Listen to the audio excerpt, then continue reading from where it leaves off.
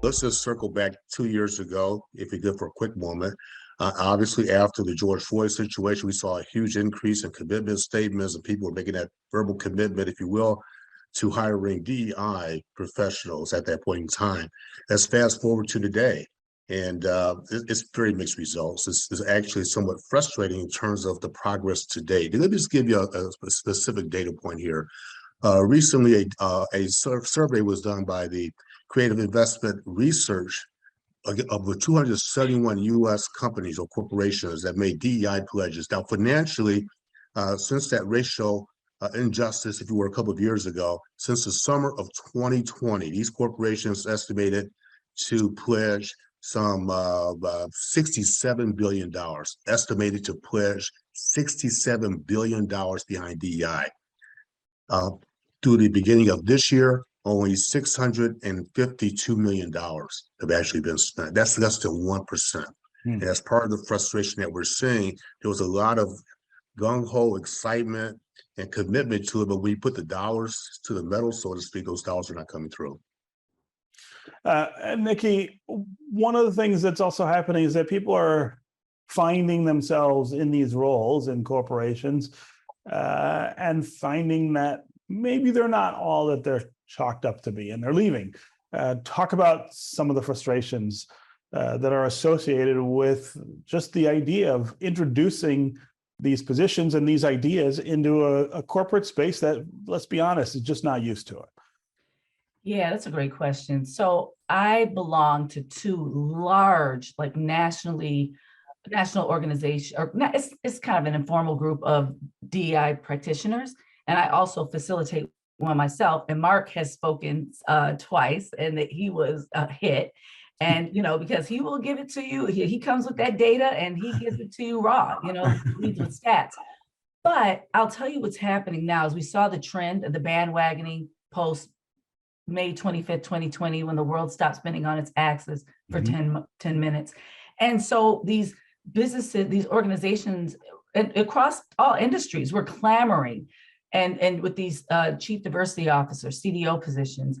And so now we've revisited, here we are 2 years later, and the feedback from my fellow practitioners in these groups they are very frustrated.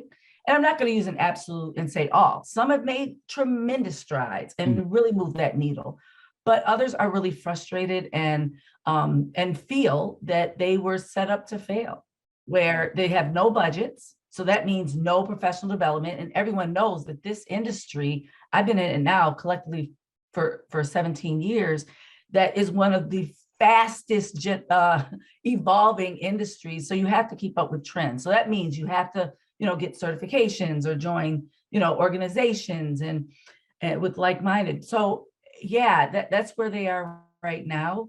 And in the beginning, I remember when I was having conversations with them, I'm like, why the dashes and the slashes? Like it would be CDO / talent acquisition / account manager, I remember just getting not angry, but just, I was questioning it. Now they're grateful for it, because now that the whole wave has kind of calmed down, they're able to return back to their, TA positions or their accounting positions or their marketing positions or whatever it was. And I always said in the beginning, like I called it the tap on the shoulder. Like if you were Black, if you were a woman, especially a middle-aged woman, and expressed an interest, it's like, hey, you're our new CDO. One of the things that I think is really key to the success of people in these roles, of course, is the senior management environment at these corporations, right? And in a lot of cases, you've still got senior management that doesn't reflect the general population. There aren't enough women, there aren't enough people of color. Nikki, I wonder if you can talk about maybe the distinction between places that have done better with overall diversity and then introduce this idea of a DEI officer, and places that still, I guess, are struggling with that concept or just not really embracing it. It seems to me that the likelihood of success is at least in part dependent on how diverse the workplace that you're getting into is in its senior management.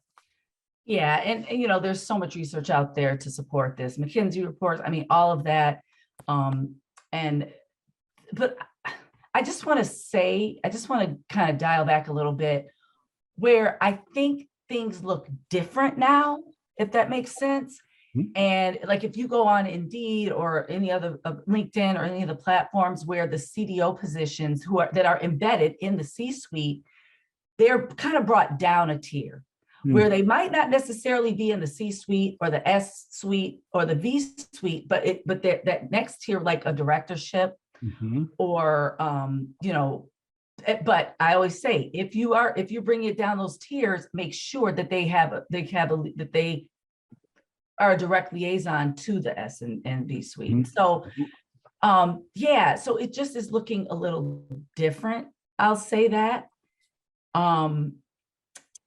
And also I'll say too, in the industry's slight defense, now companies are trying to wrangle in this remote work, you know, so everything is shifted to that, where now, you know, employers and companies are like, okay, we're bringing everyone back, and now they're losing people. So it's just this whole, so I think it's shifted to that. Again, I am defending, but I'm not defending the industry. But yeah, it's just, and Mark, I don't know if you can. And if I can just chime in for a second, because all this is a direct result, a lot of factors very briefly. And what we're seeing here in terms of not that the lack of connectivity from the senior management down, in some cases, that employees are beginning to feel alienated. And so even the word DEI, if you use the word diversity inside of an organization, you have some employees they're becoming offended by that word. And because they can feel as though the organization has not necessarily embraced it. They may have verbally embraced it, but it has not been socially embraced throughout the entire organization. So it becomes a challenge of how do you make the employees feel that it is important throughout the entire organization. But what's happened over the last 18 months or so is that some employees view it as a divisive strategy and dividing people inside the organization. And that's another challenge that needs to be dealt with as well.